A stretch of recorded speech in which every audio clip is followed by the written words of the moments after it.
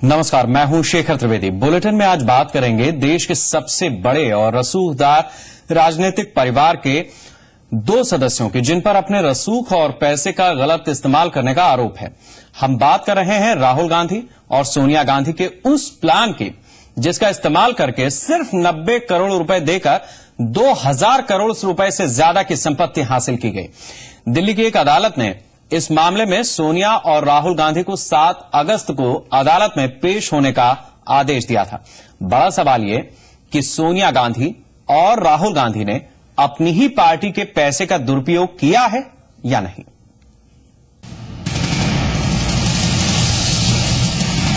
लगता है कांग्रेस अध्यक्ष सोनिया गांधी और राहुल गांधी का बुरा वक्त चल रहा है। पहले लोकसभा चुनाव में करारी हार और अब एक नई मुसीबत सामने आकर खड़ी हो गई है। सोनिया और राहुल गांधी पर आरोप है कि उन्होंने कांग्रेस पार्टी के धन से अवैध रूप से एसोसिएटेड जर्नल्स लिमिटेड नाम की कंपनी का अधिग्रहण किया।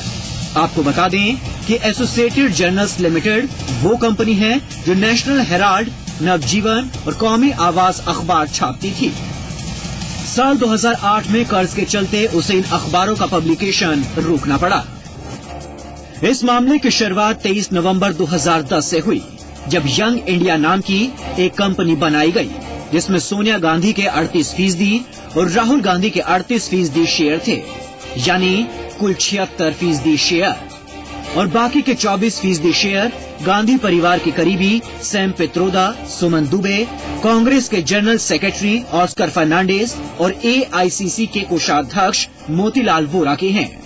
यानी यंग इंडियन प्राइवेट लिमिटेड असलियत में ये कंपनी कांग्रेस की कंपनी थी, जिसके बाद यंग इंडियन कंपनी के नेशनल हेराल्ड, नवजीवन और कौमी आवाज अखबार की publisher company associated journals limited का अधिग्रहण करने का फैसला कर लिया।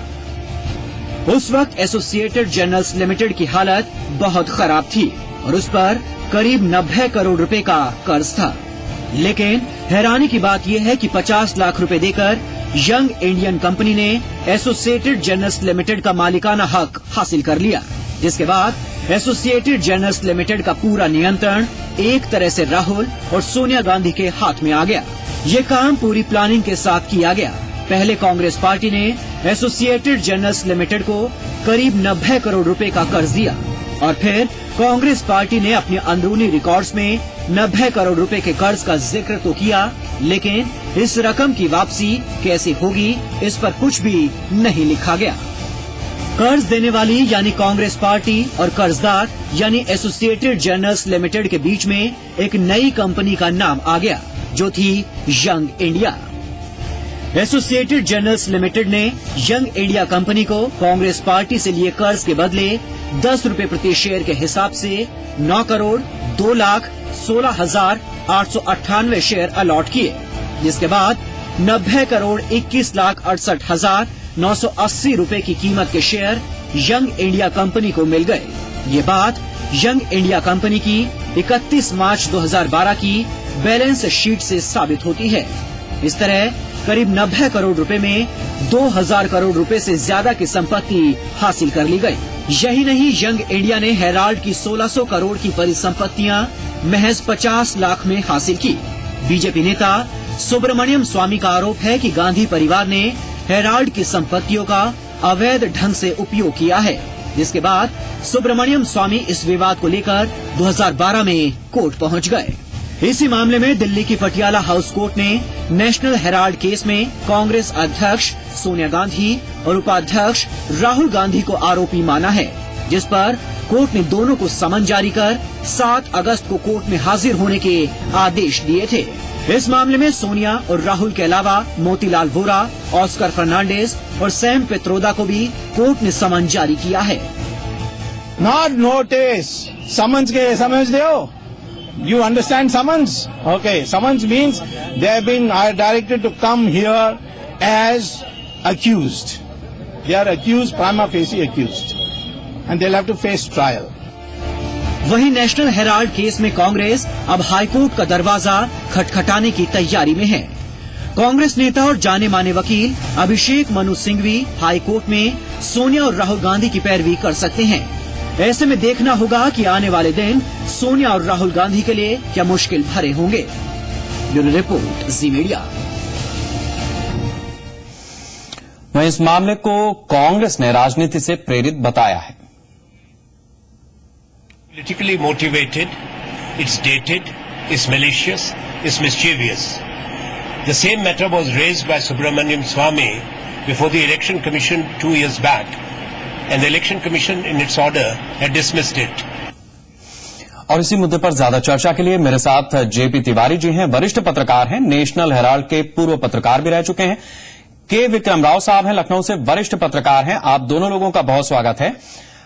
जेपी तिवारी जी, मैं सबसे पहले आपसे समझना चाहूंगा कि जिस तरीके से राहुल गांधी और सोनिया गांधी पर जो आरोप लगे हैं, क्या आपको ये लगता है कि उन्होंने अपने पार्टी फंड का दुरुपयोग किया है या उसका बेजा इस्तेमाल किया है?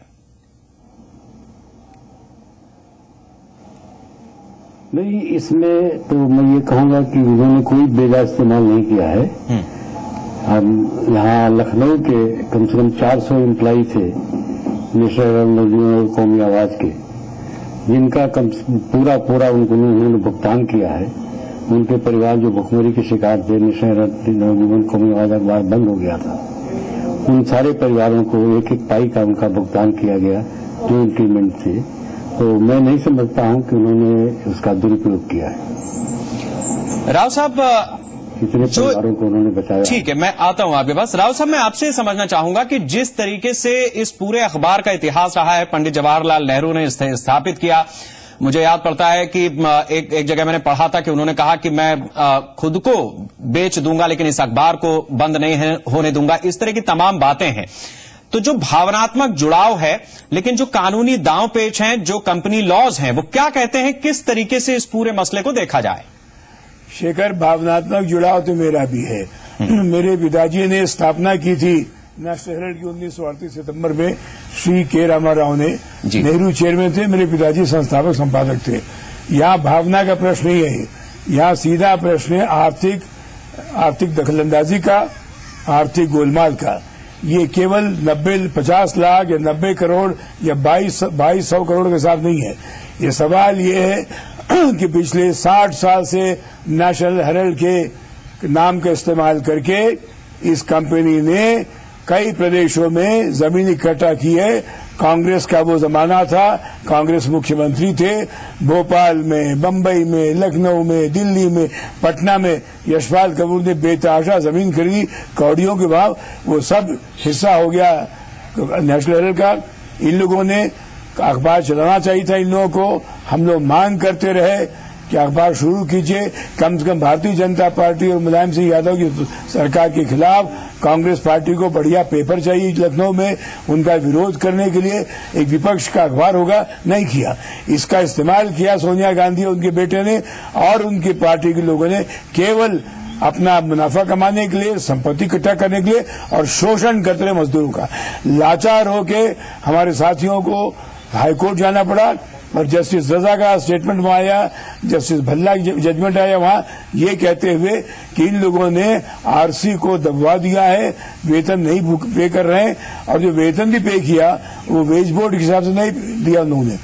तो कुल मिला के शेखर, यहाँ प्रश्न केवल कुछ लाख करोड़ का नहीं है, ये खरबों रुपए जमा किए हैं जमीन के नाम पे कांग्रेस पार्टी के मुख्यमंत्रियों द्वारा। उसका हिसाब कौन देगा, कहाँ देंगे? भारत की जनता को, अदालत को, अपने कर्मचारियों को देना पड़ेगा, इस माँ बेटे को। शेखर, बिल्कुल, इस चर्चा को और आगे बढ़ाते हैं। जेपी तिवारी जी, एक चीज ये भी सुनने में आती है कि जैसा राव साहब ने कहा कि जब कांग्रेसी मुख्यमंत्री हुआ करते थे, नेशनल हेराल्ड को, नवजीवन को जब पैसे की जरूरत होती थी तनख्वाह लेने के लिए, तो वो जाते थे, जितना पैसा चाहिए होता था वो लेकर के आ जाते थे। इसलिए काला सफेद क्या हो रहा है, इससे किसी को सरोकार ही नहीं रह गया। और जैसा राव साहब कह रहे हैं कि अखबार गर्त में जाता रहा और जो व्यक्तिगत लाभ थे वो आसमान पर।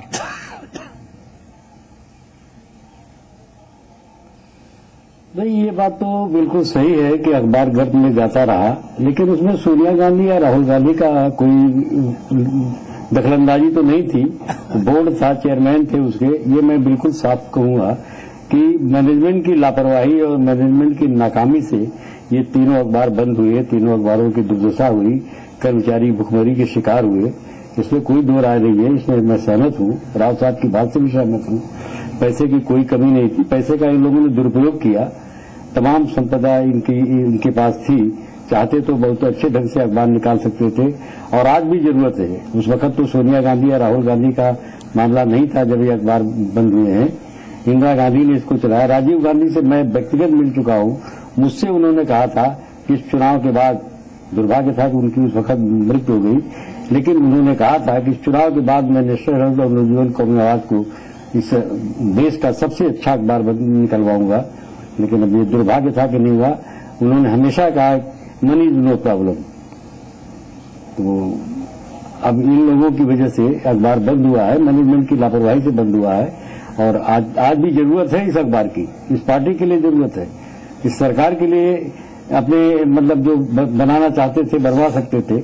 तो तिवारी जी, आपको क्या लगता है कि जो ये पूरा खेल हुआ, फर्ज कीजिए कि सोनिया गांधी, राहुल गांधी ये चाहते होंगे कि जो इस कंपनी के पुराने एम्प्लॉय हैं, जो पत्रकार हैं, जो लोग हैं, टेक्नीशियंस हैं, उनको पैसा मिल जाए। मामला अदालत में था जिसका राव साहब ने अभी जिक्र किया, अदालत की तरफ से भी फरमान आया। ठीक है कि एक चीज तो उन्होंने इस तरह से की कि भाई लोगों का जो बकाया है वो कम से कम उन तक पहुंच जाए। आपने कहा कि पाई पाई उन्होंने दी भी, लेकिन क्या सिर्फ पाई पाई देना ही मकसद था, या फिर आपको लगता है कि इस पूरी जायदाद जो इसकी प्रॉपर्टी है उसके ऊपर काबिज होने का भी कोई मंशा रही होगी?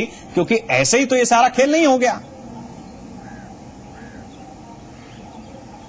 जी जी जी, मंशा उनकी रही या नहीं रही, इस बात को तो मैं कैसे कह सकता हूं, क्योंकि उन्होंने ये हमेशा कहा कि कर्मचारियों का पूरा भुगतान किया जाए। अब मैनेजमेंट ने कितना उसमें काटा, कितना वो किया।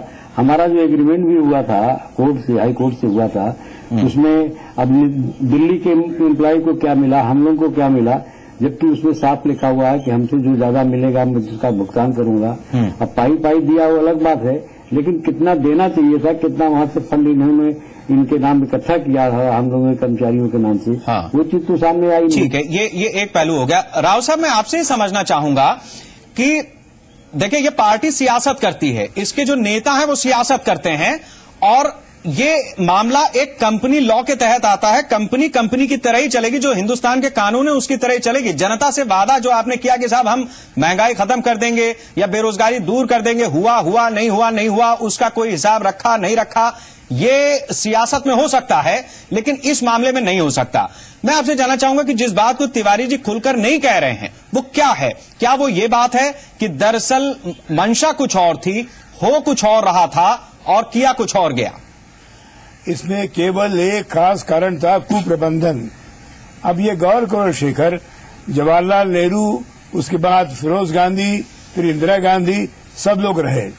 जैसे उमाशंकर दीक्षित आए, स्थिति सुधर गई, वो पैसा ले आए, तनख्वाह मिलने लगी, अखबार चलने लगा। उमाशंकर दीक्षित एक योग्य प्रबंधक थे, सारा काम किया उन्होंने। उसके बाद रमेश्वर ठाकुर या आबिद हुसैन, जितने लोग आए, सबके समय पतन क्यों होता रहा? इसमें कभी इंदिरा गांधी या उनकी पतोह ने कभी जांच कराई कि आखिर ये कुप्रबंधन के जिम्मेदार कौन है? कोई पकड़ा गया, गिरफ्तार हुआ? सब चूंकि पार्टी के पदाधिकारी थे, सबको माफ कर दिया गया। और ये एम्प्लॉइज, ये जो बताऊं, जोखू तिवारी लखनऊ की सड़कों में घूम घूम के ये समाचार लाते थे, बिजली कट गई, यही लोग कल्याण सिंह से मिले थे, मुख्यमंत्री से, जो जनसंघ का भारतीय जनता पार्टी का था, उससे मिलके बिजली रेस्टोर कराई। इन लोगों ने प्रेस नोट लाए, टेलीफोन कट गया, टेलीफोन रेस्टोर कराया, सारे कर्मचारी रहे। इसके पहले 1952 में आधी तनख्वाह कटवा के लोगों ने काम किया, हेरल्ड के एम्प्लॉइज ने। तो कर्मचारी तो उत्सर्ग करते रहे, त्याग देते रहे, यातना भुगतते रहे, और ये प्रबंधक लोग बेतहाशा लूट, जैसे सोने की खान मिल गई है, कोई खनिज पदार्थ मिल गया है, ऐसे लूटते रहे ये सब लोग। और इंदिरा गांधी या सोनिया गांधी ने जरूरत ही समझी कि जांच कराएं, पकड़ें, दंड दें इन लोगों को। और बाद में क्या हुआ? केसरबाग, वो जहां एक सोने की इमारत वो है, आज अरबों रुपए की संपत्ति है, बेच दिया औने पौने दाम, कौड़ियों के दाम किसको? दुकानदारों को। उसके पीछे की अब इमारत थी, वो क्या हुआ? और दिल्ली का जवाहरलाल नेहरू ने दिया था जमीन बहादुर शाह सफर मार्ग पे कि आप इसको किराए पे नहीं चढ़ाएंगे, केवल अखबार छापने में काम करेंगे। क्या हुआ? उसका किराए पे चढ़ा दिया, हेरल्ड हाउस पे पूरा इन्होंने पैसा कमाते रहे सब लोग। उसके अलावा जो बताया मैंने, यशपाल कपूर के समय कहाँ जमीन नहीं ली, किसके मुख्यमंत्री ने पैसा नहीं दिया, उसका हिसाब कोई तो देगा। मुझे उम्मीद है पटियाला हाउस में हम लोग खुद Indian federation working journalist course से अपने को इम्प्लीट करेंगे, कर्मचारियों को से, और मांग करेंगे पूरा लंबा चौड़ा हिसाब दिया जाए और जो वंचित रखा जाए उनको भी कंपनसेशन दिया जाए। और शेखर, मुझे याद है, तिवारी जी मुझे दुरुस्त करेक्ट करेंगे, 3 कर्मचारी मर गए भूख से क्योंकि तनख्वाह नहीं मिली थी, बच्चों की फीस, ये सब चीजें एक त्रासदपूर्ण गाथा है नेशनल हेराल्ड की। वो अखबार जो अंग्रेजों के खिलाफ लड़ा, अंग्रेज जिसे दबा नहीं पाए, उस अंग्रेज को इंदिरा गांधी उसके पतों ने नीलाम पे चढ़ा दिया। शेखर, ठीक है राव साहब, ये भी जो लखनऊ के खास तौर से लोग हैं, उस वाकई नेशनल हेराल्ड की जो बिल्डिंग एक समय हुआ करती थी, ये बताया जाता था जो लोग लखनऊ जाते थे कि आप उस बिल्डिंग को देख के आइए। लोग बाकायदा एक समय तक उस भवन को देखने जाते रहे, वो इतनी ऐतिहासिक इमारत अपनी तरह से थी। तिवारी जी, जिन बातों को राव साहब ने उठाया है, जिन बातों की वो बात कर रहे हैं, क्या आपको लगता है कि जो 90 करोड़ रुपए के जरिए 2000 करोड़ रुपए की पूरी प्रॉपर्टी सामने साथ आ गई राहुल गांधी और सोनिया गांधी के पास, क्या वो इतना आपको लगता है कि जायज था, या उसकी जरूरत वाकई इतनी थी कि इस तरीके से करने के अलावा कोई विकल्प नहीं था, अगर नेशनल हेराल्ड को पुनर्जीवित करना था या उसके लिए कुछ करना था? तो देख, अगर इन्होंने पैसा जुटाया तो इसी नाम पे ही जुटाया था कि नेशनल हेराल्ड नौजवान कौमी आवाज अखबार ये चलाएंगे, जैसे कि बराबर चर्चा रही। मोतीलाल बोरा से मेरी खुद बात होती रही, उन्होंने ये कहा था कि हाँ ये अखबार चलाएंगे। अब इसमें सोनिया गांधी से मैं खुद मिल चुका हूँ, दिल्ली में मिल चुका हूँ, रायबरेली में मिल चुका हूँ, बराबर ये लोग मतलब इस बात को कहते रहे कि हाँ हम चलाएंगे, हम देखेंगे करते रहे। और पैसा जुट गया, जब पैसा आ गया उसके बाद भी न निकालना, इस बात का तो कहीं न कहीं लगता है कि सिर्फ पैसा जुटाने के नाम पे ये लोग किए हैं, अखबार नहीं निकाल पाए। ठीक है राव साहब, तो क्या हम इसको राव साहब बता रहे हैं कि ये अखबार हम लोग 50 रुपए हफ्ते पर चलाएं। ठीक बात है राव साहब, क्या 50 रुपए हफ्ते मिलते थे हम लोगों को, और सब अखबार हम लोग। राव साहब, तो क्या इसका मतलब हम ये निकालें कि दरअसल जो इस पूरे संगठन से जुड़ी हुई परिसंपत्तियां थी, उसको उस पर अपना कब्जा करने के लिए ये सारा काम किया गया। दरअसल अखबार चलाने, उसे निकालने, उसे बढ़ाने से दरअसल कोई वास्ता नहीं था जिनके पास ये सारे शेयर आए, जिनका नाम इसमें आ रहा है। बिल्कुल शेखर, वित्तीय अनियमितताएं, गबन, तनख्वाह न देना, प्रॉपर्टी का खा जाना, ये सब चीजें जो हुई है, अब जो मुकदमे में पटियाला कोर्ट में आ रही है और धीरे धीरे चीजें उभर के आएंगी। मेरा मकसद सिर्फ एक था, हम सब लोग अपील करते रहे कांग्रेस अध्यक्ष सोनिया गांधी से पिछले 8-10 साल से कि आपको अखबार चाहिए यूपी में, बीजेपी समाजवादी पार्टी का विरोध करने के लिए क्यों नहीं अखबार आप निकालती हैं? सारे अखबार चले गए उनके साथ, सरकार के साथ, आपकी पार्टी साथ कोई नहीं है। नहीं, कान में जू नहीं रहेंगी, सिर्फ इसलिए कि वो संपत्ति थी, उस संपत्ति को कब्जाने के लिए, अपने परिवार का जागीर बनाने के लिए सोनिया गांधी उनके बेटे ने ये सब हरकत की है। और मुझे उम्मीद है इस देश का कानून न्याय करेगा और दंडित करेगा ऐसे अपराधियों को। बिल्कुल, हम इस चर्चा को आगे बढ़ाते हैं, लेकिन उससे पहले हम जरा सुन लेते हैं कि सत्यदेव त्रिपाठी जी क्या कर रहे हैं, कांग्रेस के नेता।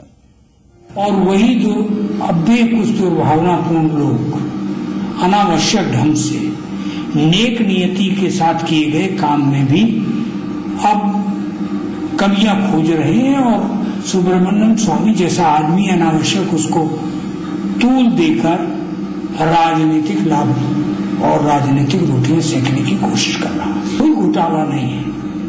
ये अखबार, तीनों अखबार जिस ट्रस्ट से चलते थे उनको हमेशा इस परिवार ने चलाया है। एक बार फिर से हम रुख करते हैं जेपी तिवारी जी का। तिवारी जी, जो ट्रस्ट के माध्यम से सारा खेल होता है, आपको लगता है कि बाहैसियत पत्रकार इस बात की तकलीफ हो सकती है कि यह अखबार शुरू हो जाता तो कुछ कर्मचारियों के भविष्य बन जाते, कुछ रोजी रोटी और बढ़िया हो जाती, कुछ एक विकल्प आ जाता, लेकिन ये ट्रस्ट बनाकर सारा खेल जिस तरीके से चलता रहा है, दरअसल इसकी फांस सबसे बड़ी यही है। शेखर जी, हम इस बात को बहुत दुख और बड़ी पीड़ा के साथ कहना चाहते हैं कि नेशनल हेराल्ड नौजवान कौमी आवाज अखबार न निकाल के सोनिया गांधी और राहुल गांधी ने एक ऐसा अपराध किया है जिसको पंडित नेहरू भी कभी क्षमा नहीं करेंगे। पंडित नेहरू के 3 अखबार 3 औलादें मानी जाती थी। और इसीलिए हम एम्प्लाई जितने थे, राव साहब भी थे, हम लोग रैलियां निकाल करके, भीख मांग मांग करके किसी तरह से मैनेजमेंट को समझाते थे कि अखबार को चालू किया जाए। आज जब ये बताते हैं कि पैसा इकट्ठा किया है, तो अखबार क्यों नहीं निकाले, किस बात के लिए नहीं निकाले, क्या कारण था? आज अगर भाजपा सरकार इसको अखबार को बंद कराती तो वो दोषी ठहराती। अटल जी की सरकार थी, अटल जी प्रधानमंत्री थे, प्रेस क्लब में आए हुए थे, हम लोगों ने कहा था कि अखबार अटल जी का यही कहना था कि जो 3 अखबार नहीं चला सकते वो देश क्या चलाएंगे। ठीक है राव साहब, अब मैं इस पूरे मामले में जितनी सियासत है, कहा था जी, आप बात पूरी कर लें तिवारी जी। हाँ, मैं ये बता रहा हूं कि पंडित नेहरू ने भी कहा था कि आनंद भवन बेचेंगे, नेशनल हेराल्ड चलाएंगे, रफी अहमद किदवई से कहा था। आज हमें दुख है, इस बात की पीड़ा है कि इस अखबार को बंद करने वाली कांग्रेस की अध्यक्ष, कांग्रेस के नेता ये राहुल गांधी और सोनिया गांधी ने इसको बंद कराया। ठीक है राव साहब, अब इस पूरी चर्चा में मैं आखिरी सवाल आपसे लेना चाहूंगा। मैं आपसे ये समझना चाहूंगा कि क्या ये ट्रस्ट का ही खेल है? केवल एक ट्रस्ट तो ये सामने आ गया, इसी तरीके के तमाम एक ट्रस्ट हैं जिस पर गांधी परिवार के लोग आज से नहीं जमाने से बैठे रहे हैं, और शायद कांग्रेसियों का ही ये कहना है कि इसी वजह से हम उस परिवार से ताल्लुक नहीं तोड़ पाते, क्योंकि जो सियासत में पैसा चाहिए वो दरअसल उसकी जो कुंजी है वो वही है। हाँ शेखर, सवाल यहाँ ये है कि जननिधि ट्रस्ट जो बना था 1938 से, यह अखबार चला रहा था। क्या जरूरत थी कॉर्पोरेटाइजेशन की, उन मारवाड़ी अखबारों की तरह फिर जोड़ने की और इनको प्राइवेट कंपनी बनाने की? सीधे साधे मकसद था अंग्रेज को हटाओ और बाद में लोकतंत्र को बचाओ, आजादी की बात। ये मकसद इस सरकार का, इस अखबार का था। लेकिन क्यों किया? इसके पीछे जरूर कोई गलत मंशा थी सोनिया गांधी और राहुल गांधी की। एक पैसे का माध्यम बनाए, इससे जरिया बनाए, बजाय इससे अखबार निकालें, अखबार की आजादी को बरकरार रखें, बाकी सामाजिक त्रुटियों के खिलाफ हमला करें, यूपी सरकार पे हमला करें, दुरुस्त करें उनको। ये सारे जो राजनीतिक मकसद थे कुछ पूरे नहीं हुए। केवल मुनाफा 50 लाख, 90 करोड़ और 2000 करोड़, और वो अथाह संपत्ति परिसंपत्ति भोपाल में, बम्बई में, लखनऊ में, दिल्ली में, पटना में। को क्या हिसाब है उसका? कौन हिसाब देगा? मुझे उम्मीद है पटियाला की जो मजिस्ट्रेट पटियाला कोर्ट के, उन सबकी मांग करेंगे। और ये केवल छोटे राशि नहीं है, ये एक देश की नैतिकता का प्रश्न है, हम पत्रकारों की व्यथा कथा का सवाल है, और शोषण मुक्त समाज की तरफ कदम होगा। कि हेरल्ड जो हमेशा कहता था eternal vigilance is price of liberty, देश की आजादी के लिए सावधान रहो, वो खुद अखबार की आजादी दे दी उसने बड़े घरानों के लिए। ये बड़े अखबार के घराने तय करेंगे अखबार कितनी आजादी कितनी नहीं है। हेरल्ड का संपादक अपनी आत्मा को अपनी कह पाता था। आज सोनिया गांधी, राहुल गांधी ने हेरल्ड बंद करके संपादक की आत्मा को बिकवा दिया है। शेखर, बहुत शुक्रिया राव साहब इस चर्चा में शामिल होने के लिए। तिवारी जी, आपका भी बहुत बहुत शुक्रिया इस चर्चा में शामिल होने के लिए। एक दौर था जब अखबार का संपादक अपने केबिन में बैठा रहता था। कई बार ये नेशनल हेराल्ड में भी हुआ है, पंडित जवाहरलाल नेहरू आते थे, संपादक अपने केबिन में बैठा रहता था, वो मिल मिलाकर के घूम फिर के चले जाते थे। आज कोई संपादक ऐसा कर पाएगा क्या कि प्रधानमंत्री अगर उसके दफ्तर में आए, संपादक होता था, उस तरीके की जो परिपाटी थी, क्या वो कहां चली गई? ये सारी चीजें इस दौर में जवाब मांग रही हैं। नमस्कार।